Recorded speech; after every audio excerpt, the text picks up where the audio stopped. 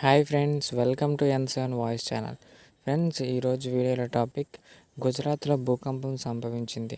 దాని యొక్క వివరాలు ఈ వీడియోలో మీరు తెలుసుకోవచ్చు. వీడియోలోకి వెళ్ళే ముందు మీరు మన ఛానల్ సబ్స్క్రైబ్ చేసుకున్నవారైతే సబ్స్క్రైబ్ చేసుకోండి. వీడియో నచ్చితే లైక్ చేయండి. ప్రకృతి పగబట్టినట్లు కనిపిస్తుంది. అప్పటికే భూకంపం దాటికి టర్కీ, సిరియా దేశాలు తీవ్రంగా నష్టపోయాయి.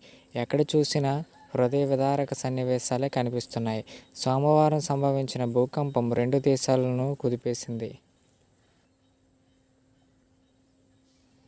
ఇప్పటి వరకు సుమారు 25,000 మంది మృతదేహాలను వెలికితీశారు. ఈ సంఖ్య ఇంకా పెరిగే అవకాశం కనిపిస్తుంది. అయితే తాజాగా మన దేశంలో భూకంపం సంభవించింది.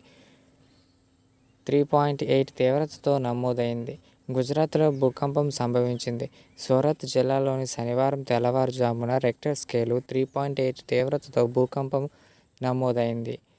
ఈ విషయాన్ని ఇన్స్టిట్యూట్ ఆఫ్ సిమోలాజికల్ రీసెర్చ్ అధికారులు తెలిపారు. శుక్రవారం అర్ధరాత్రి తరువాత 12:52 భూమి కనిపించినట్లు వెల్లడించారు. సూరత్లోని పశ్చిమ నైరుతి తీరాన 27 కిలోమీటర్ల దూరంలో భూకంప కేంద్రం గుర్తించినట్లు పేర్కొన్నారు. భూకంప కేంద్రం చాలా దూరంగా ఉండటంతో ప్రకంపనలు స్వల్పంగా నమోదయ్యాయి. ప్రకంపనలు 5.2 కిలోమీటర్ల లోతులో నమోదైనట్లు అధికారులు తెలిపారు.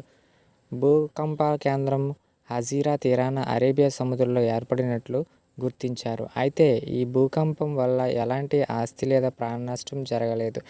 జిల్లా విపత్తు నిర్వహణ అధికారులు తెలిపారు.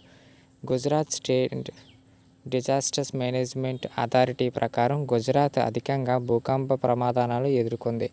1819, 1845, 1847, 1848, 1864, 1903, 1938, 1956, 2001లో గుజరాత్లో భూకంపాలు చోటు చేసుకున్నాయి.